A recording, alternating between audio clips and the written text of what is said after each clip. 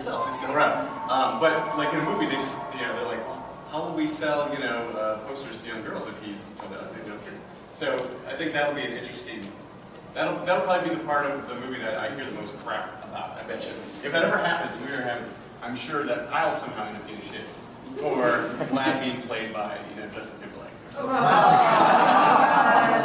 It's like the marketing people forget that just selling a kick-ass chick beating the shit out of bad guys isn't going to appeal to little girls. I don't know. You never know. Instead, Vlad needs to sparkle. So. Yeah. Damn it. As long as he wears like a banana hammock in the whole movie, it's just like, come on, girls, it'll be awesome.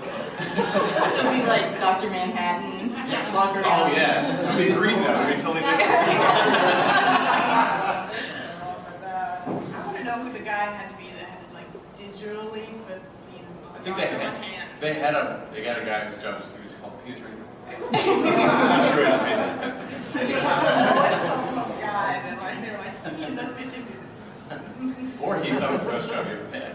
I think conversely. So I'm going to switch gears a little bit and ask, I'm a big action figure statue person. Where's my Cassie Hack statue? Well, okay, so this, again, speaking of the movie and other things about hack slash that never get done. The action figures is another one of those. Like I've talked to people over the years. Action figure industry is like a pretty tough industry. It's like I think they sell a lot less action figures now than in the 90s, where like every comic book had action figures. So if I could go back in time and live in that time, and I have all kinds of hack slash toys to play with, I would. Yeah, we talked to a couple companies. I'm working on doing a statue thing, but yeah, I still have to figure out how to do that. Like, I thought it would be a lot easier, honestly, and it has not been. So, but I get it. Like everything we do that isn't the comic ends up late. There's the movie super late, not take too long. The RPG game that a company made so late. I don't know. It's the curse of hack slash, but we get the book out on time almost all the time. So. That's what matters. Yeah. And what's the thing with on patchwork that you can vote for?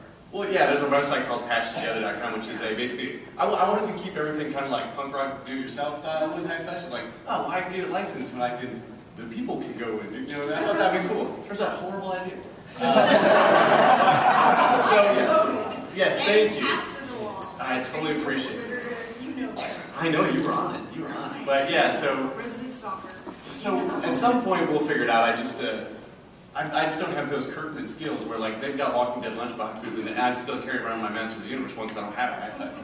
So yeah, I don't know if we can make it happen. I'm all for it. There can be as much hack slash stuff on the world. I'm fine with that. Love to have T-shirts and makeup cases. I don't care. Whatever. Just make stuff. But it's just harder to get it done. I guess. So. Matt presents Cassie Hack. Yeah, exactly. Yeah. I'm totally for that idea. But yeah, it's just hard. I just don't have that. I can convince people to make a comic. That's about as far as my skills go.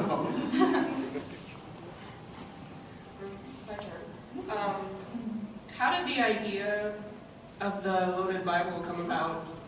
Oh, that's a great question. Loaded Bible, if you haven't read it, is about an apocalyptic future where vampires take over the earth and the church to fight back clones Jesus.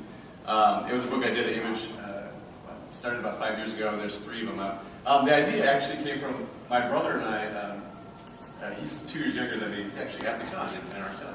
But we were always just talking about we would make up stupid movie ideas, and one of them was Jurassic Jesus, which basically Jurassic Park, except they let loose clones of Jesus in the so we would always talk about this stupid idea. We thought it was just really funny. But then I had an idea that I wanted to do, which was basically it was the comic Priest actually. But I had never heard of that comic. But it was like a Western in the future, kind of idea with vampires. But then I just sort of one day why don't I stick those together?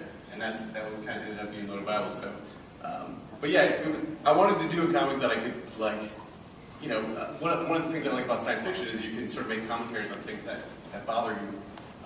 And one of the things at the time that was bothering me is post 9/11. It was we got real conservative and real religious for a while there, and I thought it was kind of really messing with politics, and we kind of put too much church and government, which I wasn't cool with. So I just kind of wanted to turn a story that was going to be originally isn't it funny seeing Jesus fight vampires into a little bit of a commentary on the political situation. Maybe I should post that. Well, shall we move along the table again? Okay. I know you can pose a question of Vlad versus Jason. I kind of don't think that's fair because technically Jason doesn't know the guy. Yeah. He's staring in space and he's still. Yeah. But I'm That was my thinking- favorite one, by the way, the Jason I X. do like That's that. so awesome. It's a guilt project. Yeah. But I was thinking Vlad versus Leatherface. They're both pushers, both around the same size, sort of. It's a good one. Who do you think would win? Oh man, that's tough. I get the ones with these is like because if I ever had to do a story with them, you know, one of the toughest things with Vlad is like he's kick ass, you know. So like making him sometimes go against things, I'm like, oh, he whooped the shit out of it. And it wouldn't make it a good horror thing, right? It's like you have to be like kind of afraid. If you're like, oh, it's whiskey out, kick the crap out of him, you're not afraid, right? So I'm gonna say Leatherface so that if we ever did that story, you'd be like, will Vlad survive? But actually, that will just whoop his whiny ass. But that's what happened. He's short of breath. So I figured you'd like compare Vlad to Fairy too. Yeah, We've blown Jason up. that's true. But and then the thing with like most slasher characters is they're not smart. They just keep coming. That's like the So especially with Leatherface, I mean, has he ever displayed any kind of creativity? Obviously, made a very nice mess, but has he? He's never displayed a lot of ingenuity, right? So Vlad would think of something. He would think of something smart, and then like an anvil would fall on his head, Leatherface's head, and he'd be like, whatever, like yeah. So that would be the worst issue of our series, but And it would still sell. no, probably not. That'd be our upward trend would just drop to the ground. So your characters are so real and compelling. Are any of them actually based on real people that you know? Cassie's visually sort of inspired by a girl that I used to have a big crush on who worked at a comic shop in Florida. Personality-wise, she's, I think a lot of we talked about this earlier, is just like a lot of the way men write women is sort of based on what they wish they were. And then they end up not being real. Yeah, I know, shocking. And actually, conversely, that works, and that's why like dudes don't like Twilight, because you're like, that's the